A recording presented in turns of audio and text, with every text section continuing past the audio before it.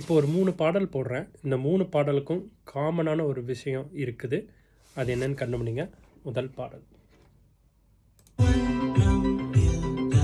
என் வாழ்விலே வர்ணம் மீட்டுகிறாய்.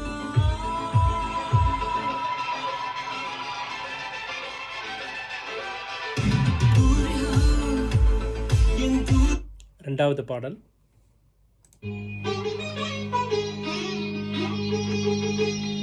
இது இது என் பல்லவி எப்போது கீதமாகுமோ இவன் உந்தன் சரண.